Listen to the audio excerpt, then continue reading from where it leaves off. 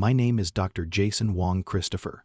I've spent 23 years in sports medicine and geriatric rehabilitation, and in that time I've watched thousands of patients do everything right. They quit smoking, they cleaned up their diet, they started walking every single day, and they still ended up in my office with deteriorating knees, chronic back pain, and cardiovascular numbers that made no sense for someone so active.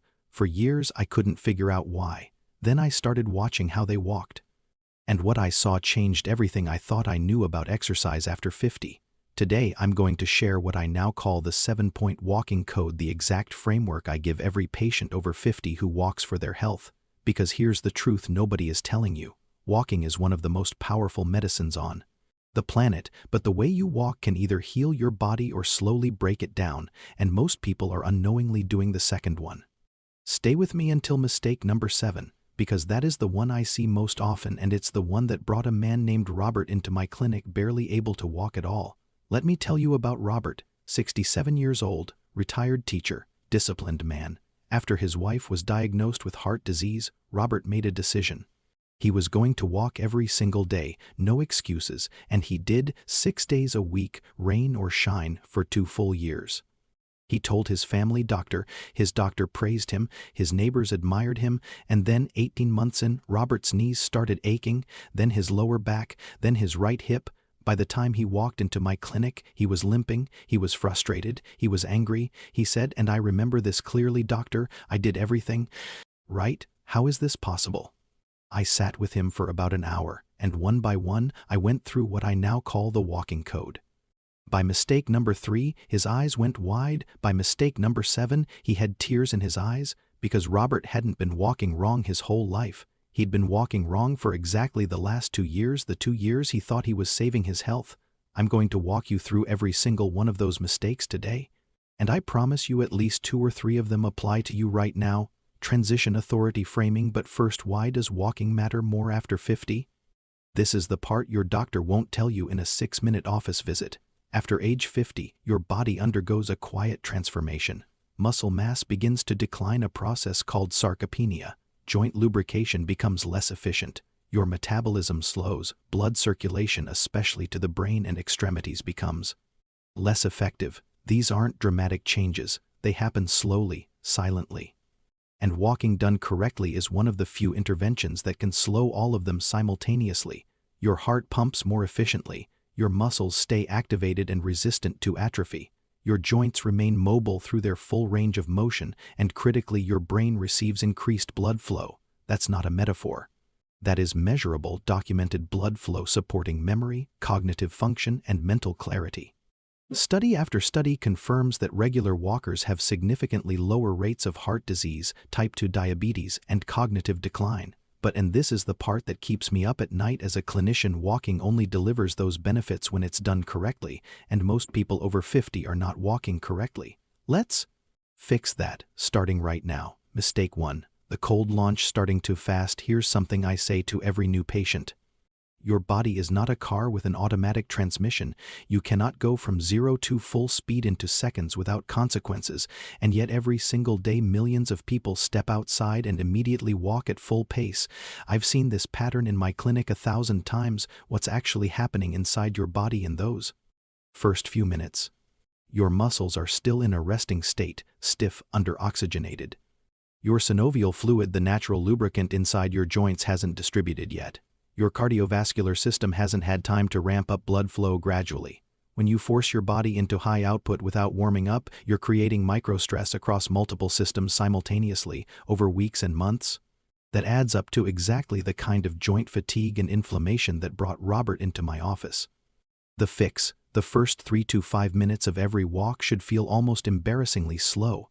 A gentle, comfortable stroll. Let your muscles wake up. Let your joints lubricate naturally. Then and only then gradually increase your pace. This is the difference between a walk that heals and a walk that wears. Mistake 2, the invisible collapse, poor walking posture. I want to ask you something, and I want you to answer honestly. Right now, as you're watching this, is your head forward? Are your shoulders rounded inward? If the answer is yes, type me in the comments right now. I want to know how many of you are feeling this. Because posture collapse is the silent epidemic I see in walkers over 50, and here's what makes it insidious. It doesn't hurt immediately. It builds slowly over hundreds of hours of walking. When your head drifts forward even by a few inches, the muscles in your neck and upper back must compensate. They work harder for longer with no rest. But here's the part that most people miss entirely. Collapsed posture suffocates your lungs. When your chest folds inward, your lungs cannot fully expand. You're taking shallow breaths during exercise. Your muscles are getting less oxygen than they need. Less oxygen means less energy. Less energy means your body signals fatigue faster. And if you're wondering why your walks feel harder than they should, this might be exactly why. The fix: imagine a single thread attached to the crown of your head, pulling you gently upward. Shoulders relaxed, slightly back. Arms loose at your sides, eyes forward, not down. This one change will improve your breathing, reduce neck strain, and make your walk feel noticeably easier within days. Mistake 3. The invisible saboteur: the wrong shoes. When Robert and I went through his history, this was the mistake that made his eyes go wide. He had been wearing the same pair of walking shoes for over 3 years. They looked fine on the outside. Inside, the cushioning had completely compressed. The arch support had collapsed. He was essentially walking on flat rubber, and he had no idea. This is the 25-second mistake that costs everything. Here is what I need you to understand from a clinical standpoint. After 50, the cartilage in your joints, your knees, hips, lower back becomes thinner and less resilient. It does not absorb impact the way it did at 35. Your shoes are your first line of defense. When that defense fails silently, the impact of every single step travels directly into your joints. Multiply that by 3,000 steps per walk, 5 walks per week, 52 weeks per year. That's millions of unprotected impacts. The fix: a proper walking shoe needs 3 things. 1. Adequate cushioning to absorb ground impact. 2. Genuine arch support to keep your foot properly aligned. 3. A flexible sole that allows your foot to move naturally through each step. And replace them. Walking shoes should be replaced every 300 to 500 miles. Most people don't do this. Most people pay for it later in ways they don't connect back to their shoes. Mistake 4. The once-a-week illusion: inconsistent walking. This is the part your doctor won't tell you because most physicians simply don't have the time to explain the biology behind it. Your body is a habit recognition machine. When you walk consistently, day after day, your cardiovascular system receives a clear signal. It adapts. Your heart becomes more efficient. Your capillary networks expand. Your blood sugar regulation improves. But when you walk once a week, even for a long distance, that signal is weak, scattered. Your body doesn't know if this is a pattern or an anomaly. I see this mistake most often in people who are genuinely motivated but genuinely busy. They save their walk for Saturday. They go for 90 minutes. They feel virtuous. And then they wonder why their health markers aren't improving. The fix: frequency beats duration every time. 20 to 30 minutes of walking 5 or 6 days per week will outperform a 2-hour walk on Saturday in almost every measurable health outcome. Your body craves rhythm. Give it 1.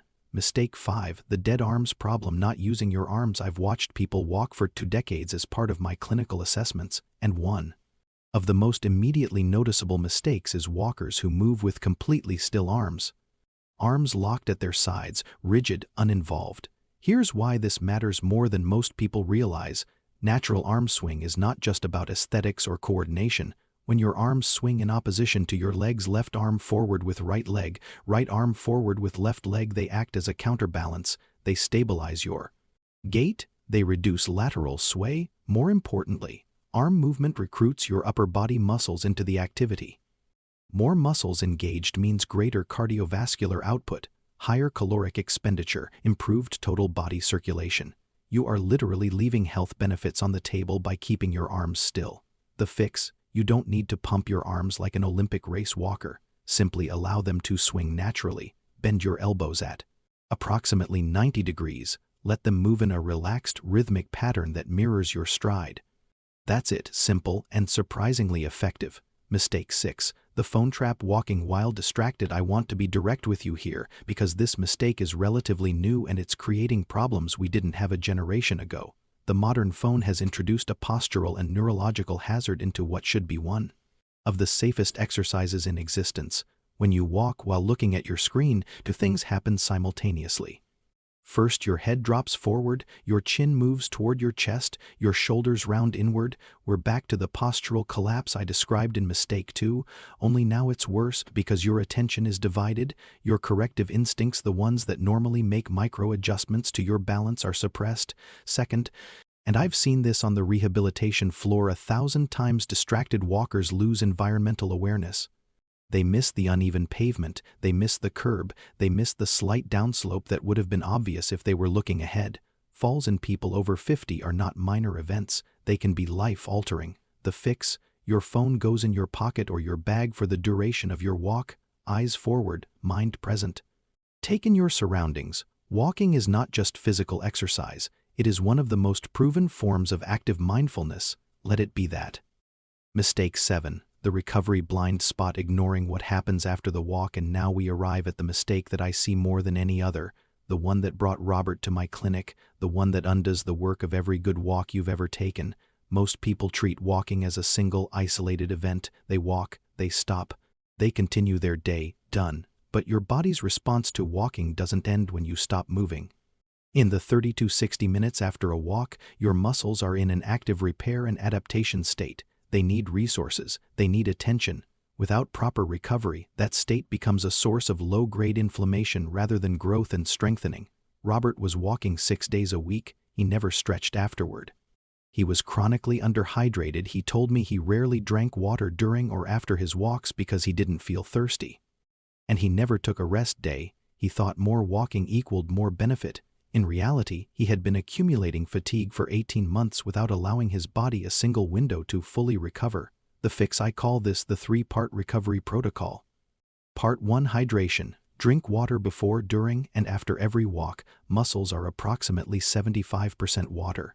Dehydration impairs both performance and recovery at a cellular level. You do not need to feel thirsty to be dehydrated. Part 2: post-walk stretching. 5 to 10 minutes of gentle stretching after your walk dramatically reduces stiffness and maintains flexibility over time. Focus on your calves, hip flexors, and lower back, the 3 areas that bear the most load during walking. Part 3: strategic rest. 1 or 2 rest days per week are not laziness, they are medicine. They are when your body consolidates the adaptations from all that consistent movement. This is the part your doctor won't tell you because rest isn't billable, but it's just as important as the walk itself. Robert came back to my clinic 6 weeks after implementing all 7 points of the walking code. He was walking without pain for the first time in over a year. He was sleeping better. His blood pressure had dropped 4 points. He called it a miracle. I told him it wasn't, it was just walking done right. Walking is the most accessible medicine human beings have ever discovered. No equipment, no gym membership, no prescription required. But like any medicine, the dose and the method matter enormously. The 7-point walking code: 1. Start slow, warm up your body. 2. Fix your posture, breathe fully. 3. Wear proper shoes. Replace them on schedule. 4. Walk consistently. Frequency over duration. 5. Use your arms, engage your whole body. These 7 adjustments will not just make your walks more comfortable.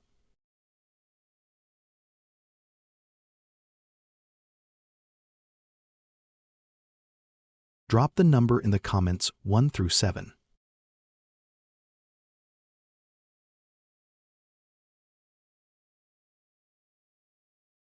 I'm Dr. Jason Wong Christopher.